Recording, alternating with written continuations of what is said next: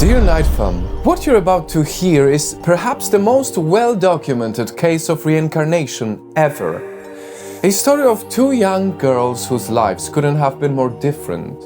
One from a respected and educated family, the other from a poor village in the mountains.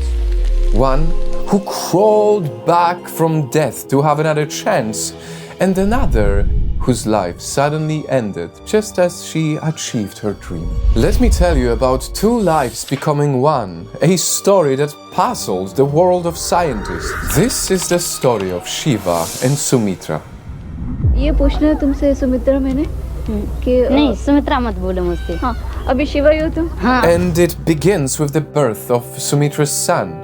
Shortly after fulfilling her lifelong dream of having a child, Sumitra started having strange seizures. She would freeze completely, her fingers, arms and legs extending and bending back, almost enough to make the bones break.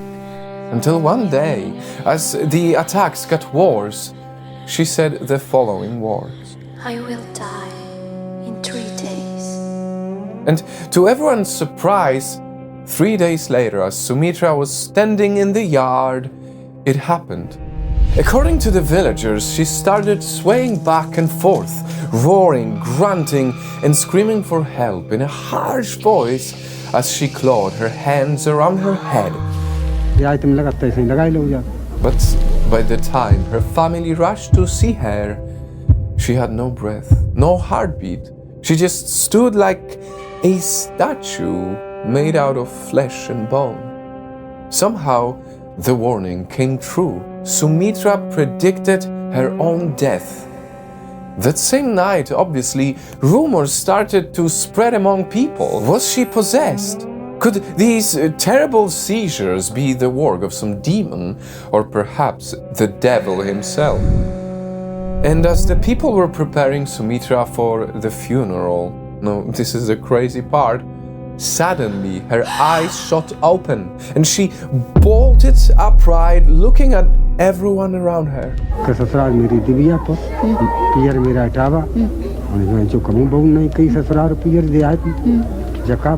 People were obviously shocked. Nobody could believe their own eyes. But Sumitra was right there, breathing, alive, in the coffin. Did she have a clinical death? The doctor approached her. He placed his shaking hand on her throat to check for a pulse, and indeed, Sumitra had a heartbeat. She was alive. Rejoice, everyone, the doctor said. You've just witnessed a miracle, and a miracle it definitely was. But among the cheers and gasps, the only one who wasn't smiling was Sumitra. Scared and confused, she ran away from the crowd and into her house. And what you're about to hear next will blow your mind, guys. Because from this moment on, Sumitra was different. के बारे में तुम कोई बात याद है? नहीं। She couldn't remember any of her family members. She refused to see her husband or her beloved son. And through all this time, she insisted that her name wasn't Sumitra. My name is Shiva Tripathi. She kept on saying. And my in-laws kill me. She also said that. Both her family and the people in the village gave the frightened girl the space she needed. At that time, while her family took care of her son, Sumitra, or Shiva, spent her days writing and sending letters to people her family didn't know, begging them to come get her out of this distant, poor village.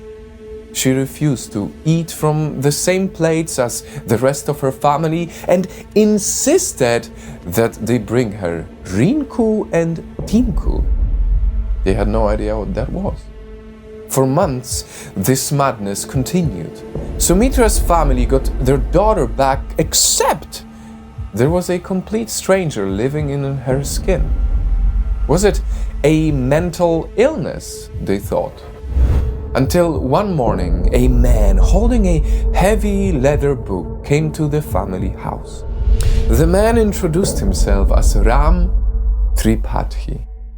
Yes, the same surname. And asked if there was a young woman in the house that recently started to act strange. And the moment that young Sumitra saw the man, she ran to the doors and hugged him tightly. "Papa," she whispered into the older man's ear. After months of confusion and fear, Sumitra, who believed herself to be Shiva, finally saw a friendly face, her father, whom she had thought lost and would never see again. And for Ram, despite any of his expectations, there was this different woman hugging him and calling him father. As the two sat down, Ram opened the book he was carrying and showed Sumitra photos of his family. Without skipping a beat, the woman accurately named every single person in the book. People she had never met in her previous life, both their first and last names, and how they were related. Shiva के बारे में तो तुम्हें क्या-क्या याद है? हाँ? वो शिवा के के बारे बता में? देती हाँ। जैसे बचपन से And once she reached the picture of an older woman, she stopped in horror. That is my sister-in-law, and she killed me with a brick. She said. A moment passed between them, and Ram looked at the face of a woman he didn't know. He looked into the eyes of a woman he did not raise and saw the soul of his daughter. He held her closer as both of them cried tears of joy, confusion, and sadness. And that's when he told everyone his side of the story. That Shiva Tripathi was a young woman who died on the same day as Sumitra. Her own sister-in-law bashed her over the head with a brick. Then left her body by the railway tracks to make it look like a suicide, bringing perhaps the most shocking, well-documented story of reincarnation ever. After all of this, Ram took his reincarnated daughter back home.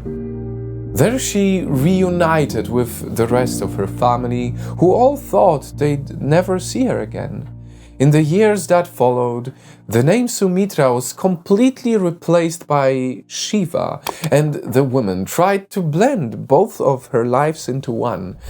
Despite the different body, the shock of living again, and the knowledge that she wasn't completely herself, Shiva got another chance in life. As for Sumitra's family, the father, mother, and son she left behind in the village, they had to grieve their lost daughter.